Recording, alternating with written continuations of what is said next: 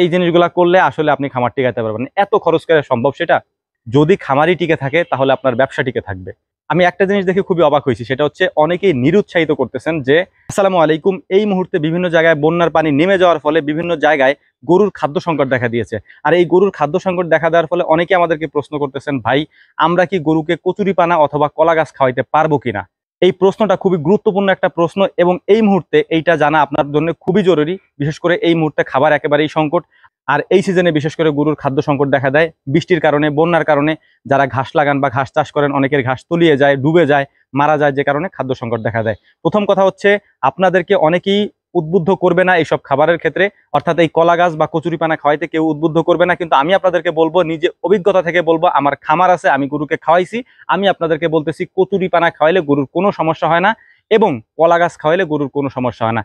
In fact আপনি যদি গরুকে খড় না খাওয়া কলা গাছ খাওয়ান, সেটাতে আরো পুষ্টিগুণ বেশি থাকে।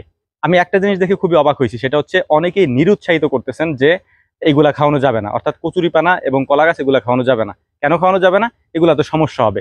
আজ পর্যন্ত আমি কোনো সমস্যা খুঁজে পাইনি এবং আমার গরুগুলো আপনারা যারা দেখছেন, আমাদের যে 3টা শেড আছে, 3 শেডের গরুগুলা যারা দেখছেন তারা জানেন যে আলহামদুলিল্লাহ আমাদের গরুগুলা ভালোই আছে। যদিও আমি কাঁচা ঘাস বেশি খাই, কিন্তু যখন একটা সময়, আমি এখন হয়তো আমার কাঁচা ঘাস বেশি, কিন্তু একটা সময় তো ছিল না, আমি কলা গাছ খাওয়াইছি, কচুরি খাওয়াইছি। যখন আমি আমার জমি জমা বাড়াইছি এবং সেখানে ঘাস চাষ করছি, তখন আমি একটানা এখন এদেরকে কাঁচা ঘাস দিতে পারতেছি, কিন্তু একটা সময় কিন্তু আমি ওইগুলা খাওয়াইছি। অতএব আপনার কচুরিপানা খাওয়াইতে পারবেন এবং কলা গাছও খাওয়াইতে পারবেন, তাতে কোনো সমস্যা নেই। যারা উদ্বুদ্ধ করেন যে এগুলা খাওয়ানো যাবে না, তাদের উদ্দেশ্যে বলবো, ভাই যদি খামারই টিকে থাকে তাহলে আপনার ব্যবসা টিকে থাকবে। যদি খামারই টিকে থাকে, খামারের গরু টিকে থাকে, তাহলেই আপনি ফিড বিক্রি করতে পারবেন। যদি খামারই টিকে থাকে, সেক্ষেত্রেই গরুর চিকিৎসা খামারিরা দিবে। যদি গরুই না থাকে, গরুর চিকিৎসা আপনি কই থেকে দিবেন? তো এই জিনিসগুলো মাথায় রাখার চেষ্টা করবেন। আমরা আপনাদের ছাড়া অচল এবং আপনাদেরকেও এই জিনিসটা মাথায় রাখা উচিত যে আমাদের ছাড়া আপনারাও অচল। খামার যদি বন্ধ হয়ে যায়, আমি আপনাদেরকে ছোট্ট একটা উদাহরণ দিই। আমাদের এই অঞ্চলে প্রায় 8 থেকে 10টা খামার ছিল, সেগুলা বড় বড় খামার। এই খামারের ভিতরে মাত্র 2টা খামার টিকে আছে, তার মধ্যে একটা প্রায় বন্ধ হওয়ার পথে। হ্যাঁ, এর কারণ কি জানেন? অতিরিক্ত চিকিৎসা ব্যয়, এবং দ্বিতীয় কারণটা হচ্ছে অতিরিক্ত খাদ্যের দাম বৃদ্ধি।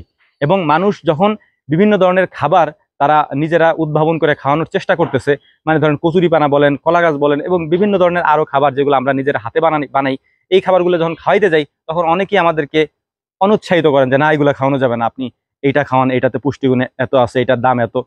এই জিনিসগুলা করলে আসলে আপনি খামার টিকাতে পারবেন না। এত খরচ করে সম্ভব সেটা?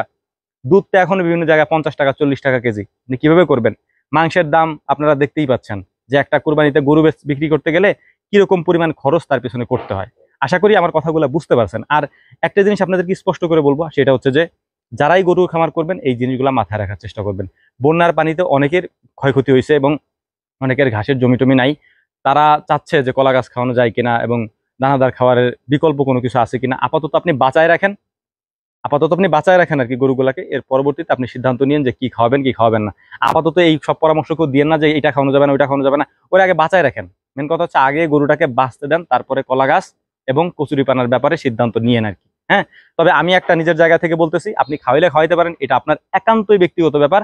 আমি কচুরিপানাও খাওয়াইছি, কলা গাছা খাওয়াইছি, আলহামদুলিল্লাহ আমার খামারে আমার গরুতে কোনো সমস্যা আজ অব্দি হয় নাই।